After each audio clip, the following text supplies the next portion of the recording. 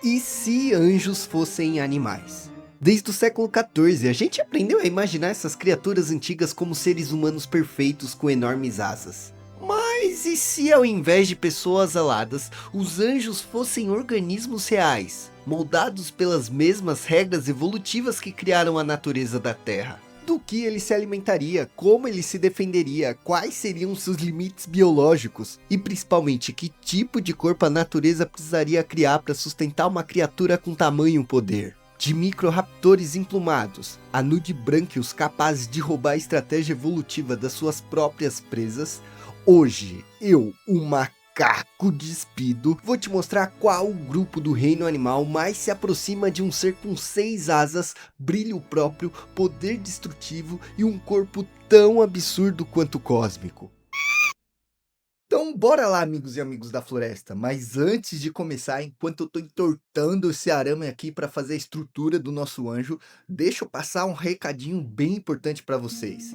O objetivo do Mitomania não é discutir a existência ou não dessas criaturas que eu uso aqui no quadro, mas sim se poderia existir algum animal com tais características. Então, se você acredita fielmente na existência dos anjos, calma lá que eu não vou ficar com aquele papo de cientista chato se existe ou não.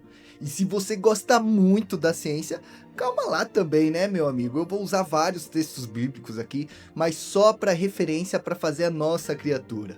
Então, rapaziada, só pedir licença para vocês, porque hoje a gente vai andar no abismo da alquimia. E para começar, a gente precisa discutir o que significa a palavra anjo. Anjo vem do grego, angelos, que simplesmente significa mensageiro. E isso quer dizer que no sentido literal da palavra, anjo não significa aquela figura humanoide, bonita, com asas e auréola dourada. A palavra anjo normalmente é designada para figuras enviadas pelo divino, intermediários entre o céu e a terra. Dentro de algumas tradições que acreditam na figura do anjo, a gente tem o judaísmo, o cristianismo e o islamismo. Os anjos aparecem como seres espirituais ligados diretamente à vontade de Deus. Nas fases mais antigas da arte cristã, os anjos muitas vezes nem tinham asas, eles eram apenas figuras humanas.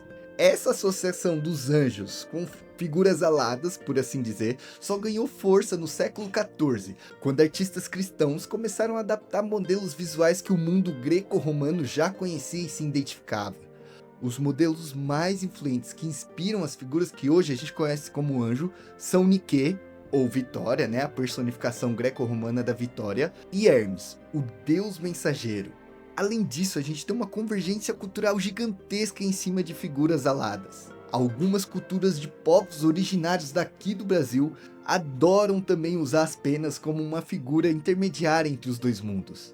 Mas então vamos para o que interessa. Se essa figura foi construída ao longo do tempo, então qual é a verdadeira aparência de um anjo? Bom, para tentar responder isso, a gente precisa andar um pouco pelo universo dos textos antigos sagrados. Na Bíblia judaica, aparecem algumas das descrições mais antigas e mais estranhas desses seres celestes. Em uma guerra contra a Síria, relatada em 2, 6, 19 e 35, temos a seguinte passagem. Naquela mesma noite saiu o anjo de Yahvé, exterminou no acampamento assírio 185 mil homens. De manhã, ao despertar, só haviam cadáveres. E como já dito, aqui dá pra ver muito bem que anjo tá ligado ao sentido da palavra de emissário. E mesmo com uma cena simplesmente brutal, a gente não tem a descrição exata da aparência desse tal emissário de Yahvé. Mas uma coisa fica clara, a gente está falando de uma entidade associada a um poder destrutivo gigantesco, quase como se fosse cósmico ou mágico. Em outros trechos igualmente misteriosos, os anjos aparecem como emissários que até certo momento podem até parecer humanos. Em Juízes 13, por exemplo, durante o anúncio do nascimento de Sansão, sim, Sansão, o cara cabeludo, uma mulher encontra um emissário divino e relata que embora ela tivesse uma forma semelhante à de um homem, sua presença era quase que temível. Então, pelo que dá para entender, alguns anjos sim podiam ser indiscutivelmente parecidos com seres humanos. O que, convenhamos, é meio sem graça para a criatura que a gente quer imaginar aqui. Mas se a gente for construir um anjo baseado em uma figura humanoide, com certeza eu faria um anjo baseado num condor. A gente também podia usar o abutre do Himalaia, que tem uma estratégia conhecida como truque do olho falso. Com uma envergadura de 3 metros, esse gigante possui manchas na nuca que parecem até olhos. Esse efeito visual engana possíveis predadores, que acreditam estar sendo observados a todo momento. Mas esse não é o caminho que a gente vai seguir aqui. Eu preciso deixar bem claro que a gente não vai reconstruir um anjo real, muito entre aspas, né? Esses mensageiros humanoides. Talvez seja muito mais interessante olhar para outras criaturas celestes, também descritas na tradição bíblica. Na tradição antiga do Oriente Próximo, existem figuras que os estudiosos chamam de Mishvessans, eu acho que é assim que se chama, um termo designado a criaturas híbridas. Ou seja, seres compostos completamente misturados, formando uma quimera entre leão, touro, águia e seres humanos. Esse tipo de criatura aparece com muita, mas muita frequência mesmo, justamente nas produções artísticas e religiosas da região onde a gente encontra os primeiros textos bíblicos. Dentro desse universo de seres híbridos, 2 grupos se destacam, os querubins e os serafins. E nesse vídeo, a gente vai usar a figura dos serafins. Os serafins são descritos principalmente no livro de Isaías, no capítulo 6, numa das visões mais alucinantes da Bíblia. No ano em que morreu o rei Uzias, viu o Senhor assentado sobre um trono alto e elevado. As abas de suas vestes enchiam o templo, serafins estavam por cima dele. Cada um tinha 6 asas, com 2 cobrindo o rosto, com 2 cobrindo os pés e outras 2 voando. E eu acho que aqui ficou bem claro mais ou menos como é a figura dos serafins. Apesar de falar que existe rosto, pernas e tudo mais, ele não liga diretamente a uma figura humanoide, mas uma criatura com 6 asas. Sim, 6 asas. E aí agora vem a grande pergunta, né, meu primatinha? Que criatura poderia representar um ser de 6 asas, extremamente poderoso e ao mesmo tempo com uma aparência quase que celestial? Bom, vamos falar dos candidatos aqui. Em primeiro lugar, a gente tem os insetos, mais especificamente as mariposas. Mariposas possuem 4 asas, divididas em pares anteriores e posteriores. Uma das características mais interessantes desse grupo é a presença de ocelos nas asas, padrões formados por escamas que imitam grandes olhos, muitas vezes associados a olhos de coruja, mas parecem muito olhos de seres humanos também. O que poderia sim ser usado como forma de dar todo aquele visual humano para o nosso anjo. Mas para seguir esse caminho, da gente ter um anjo insetoide e grande, a gente precisaria retirar uma mariposa do Carbonífero. O período Carbonífero, aproximadamente entre 359 a 299 milhões de anos atrás, foi marcado pela presença de invertebrados de tamanhos extraordinários. Esse fenômeno geralmente está associado aos níveis altíssimos de oxigênio na atmosfera. Naquela época, a concentração de oxigênio podia chegar a cerca de 35%, bem acima dos 21% atuais. Como insetos não possuem pulmões como os nossos, eles respiram por meio de sistemas traqueais, que distribuem o oxigênio diretamente do meio externo para os órgãos vitais. Esse sistema se torna mais eficiente durante o Carbonífero, já que tinha muito mais oxigênio diluído no ar. Foi assim que surgiu um dos casos mais extremos de artrópodes gigantes do planeta. Arthropleura, um gênero extinto que podia chegar a cerca de 3 metros de comprimento. Nosso segundo candidato é o Changyou-raptor Yang, um pequeno dinossauro carnívoro do Cretáceo inferior da China. Ele pertencia ao grupo dos dromeossaurídeos, o mesmo que inclui grandes predadores como os velociraptors. No caso de Changyou-raptor, ele fazia parte dos microraptores, uma linhagem famosa por apresentar penas não só nos seus braços, como também em suas pernas. E aí vem toda a inspiração para um anjo. Além disso, ele também possuía uma cauda longa, com penas extremamente desenvolvidas, que poderiam sim se passar por outras asas, somando 6 asas ao total. E por fim, a gente tem os nudibranquios, ou como muita gente conhece, as lesmas marinhas. Aqui o nível de estranheza, meu primatinha, vai a outro nível. O tanto que esse serzinho tem de esquisito, ele tem de bonito. E apesar delas não voarem, possuírem asas verdadeiras, elas realizam um pouco do que a gente chama de voo submerso. Quando elas se deslocam pela coluna d'água ou ondulam o corpo entre a correnteza marinha, a impressão que passa é justamente que elas estão flutuando pela água. E é claro que elas não fazem isso tão bem quanto os pinguins, mas elas tentam, vai. Os nudibranquios fazem parte do filo Molusca, o mesmo grande grupo que inclui caracóis, polvos, lulas, mexilhões e ostras.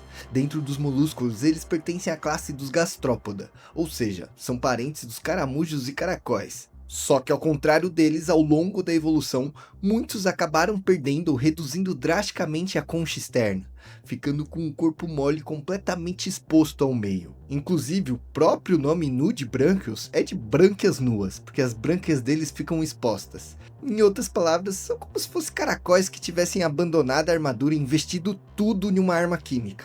E é justamente essa arma química que faz eles chamarem muita, mas muita atenção. Sem a proteção passiva de uma concha robusta, esses animais precisam investir em outras estratégias de defesa. Algumas espécies apostam na camuflagem, se confundindo com corais, esponjas e algas. Já outras fazem o exato oposto, exibindo cores absurdamente vibrantes. Esse tipo de estratégia é conhecido como aposematismo, e é como se o animal estivesse comunicando: maluco, não rela em mim. E os nudibranquios elevaram esse conceito a outro nível. Eles não ficaram só estilosos, eles também se tornaram predadores extremamente especializados. Dependendo da espécie, eles podem se alimentar de esponjas, anêmonas, corais, hidroides e outros invertebrados marinhos. Inclusive, alguns chegam a sequestrar as próprias armas químicas dos outros seres para eles. Quanto ao tamanho, bom, eles são bem minúsculos, já que ele tem um sistema circulatório aberto, que retarda bastante a distribuição de nutrientes no corpo. Um dos exemplos e formas mais bizarras desse grupo é o dragão azul marinho, ou Glaucus atlânticos, que na minha opinião é exatamente do jeito que um anjo deveria ser: celestial, dá medo e extremamente mortal. Apesar do corpo pequeno, ele conta com uma sequência de apêndices ramificados lateralmente do corpo, que formam membros locomotores. Membros esses que fazem muito lembrar uma asa celestial. E o mais fascinante é que, ao contrário das lesmas, esse maluco não vive rastejando. O Glaucus é pelágico, ou seja, ele vive associado a tudo que flutua no mar, normalmente boiando na superfície. A coloração desse maluco também é um espetáculo à parte. O lado voltado para cima tende a ser prateado ou acinzentado, ajudando a se confundir com a superfície iluminada da água. Já a parte voltada para baixo exibe tons intensos de azul, além da sua cabeça possuir algo que lembra muito um olho humano. Isso funciona como uma forma de contra-sombreamento, camuflando o animal tanto para quem olha de cima, quanto para quem o enxerga de baixo. Então, além de bonitinho, esse piquetucho aqui tem toda uma engenharia evolutiva. Mas o que realmente transforma o dragão azul marinho numa aberração é a dieta desse maluco aqui. Esse nudibranquio se alimenta de organismos altamente urticantes e venenosos, especialmente sifonóforos como a caravela portuguesa. E ao invés de ser queimado como qualquer outro animal, esse maluco simplesmente sequestra os nematócitos dela e armazena nas suas próprias estruturas, usando como forma de defesa. Sim, ele simplesmente não só come o animal, ele rouba o veneno dele. Outro animal dos nudibranquios que também fazem uma estratégia semelhante é a ovelha do mar. Ela é uma pequena lesma marinha bem simpática, e sua especialização: roubar cloroplasto das algas que come. Num processo chamado de cleptoplastia, ao invés de digerir completamente a alga, ela mantém parte do cloroplasto funcionando dentro do próprio corpo, o que não faz dela uma planta, mas um aproveitador de parte da energia luminosa transformada em energia química. Isso quer dizer que o nosso anjo biologicamente acurado vai ser um molusco nudibranquio? Sim e não. Eu acho que realmente os nudibranquios são os melhores para a gente conseguir cores celestiais, por assim dizer. E também eu quero colocar uma licença poética aqui para não dizer que eu tô roubando com o nosso animal. Eu sei que todo mundo queria um anjo alado, mas eu acho que uma criatura que tem que ser mensageira do céu e da terra só pode ser marinha. Aí vai comigo porque eu sou maluco, mas para mim o mar é quase como se fosse um espelho do céu. Mas será que um molusco poderia crescer tanto a ponto de virar um ser gigantesco? Bom, e se esse nudibranquio não fosse por um caminho evolutivo completamente diferente, assim como os povos e as lulas, que criaram um sistema circulatório fechado? A gente poderia ter, sei lá, um nudibranquio de 14 metros, pode ser, eu acho possível. Quanto à alimentação desses malucos, eu pensei em eles se alimentarem de noctilucas. micro-organismos bioluminescentes que vão dar todo um toque de luz para o nosso anjo. Usando o mesmo princípios dos nudibrânquios de captar habilidades dos outros para si, um anjo nudibrânquio de sistema circulatório fechado poderia capturar esses seres bioluminescentes, né? Então ele seria um filtrador, e usar esses seres para emitir luz própria. Assim, de noite ele poderia atrair ainda mais seres bioluminescentes para caçar. Ele também poderia consumir alguns quinidários e, sei lá, também criar um veneno mortal, assim como um dragão marinho azul. Então, assim ficou o nosso anjo se ele tivesse uma forma animal. Quanto a ele ser um mensageiro, bom, as criaturas marinhas diversas vezes são interpretadas como mensageiras. Um ser ultra colorido, que vivesse nas profundezas e só subisse de noite, seria um baita de um avistamento para uma pessoa, e significaria com certeza o contato com o divino. E eu preciso falar que toda a inspiração para criar essa criaturinha aqui já vem de um bicho que já carrega o nome de Anjo do Mar. O Anjo do Mar é um caracol extremamente peculiar. O pé muscular encontrado em caracóis terrestres evoluiu para dar para estruturas semelhantes a asas, chamados de parapódios. Elas são usadas para nadar em águas abertas e ajudam o anjo do mar a caçar, sabe o que? O demônio marinho. Sim, a biologia já carrega essa história bíblica também. Mas é isso, se você ficou até o final desse vídeo, muito obrigado mesmo por dividir o seu tempo comigo. E lembrando, rapaziada, eu não sou cristão, então se eu errei em alguma informação ou passei ela do jeito errado, deixa aí nos comentários. E se você criaria esse anjo de outro jeito, também deixa aí nos comentários. Eu super iria pra linha dos microraptores, mas dessa vez eu quis usar um pouco dos nudibrânquios, a criatura mais linda e celestial da Terra.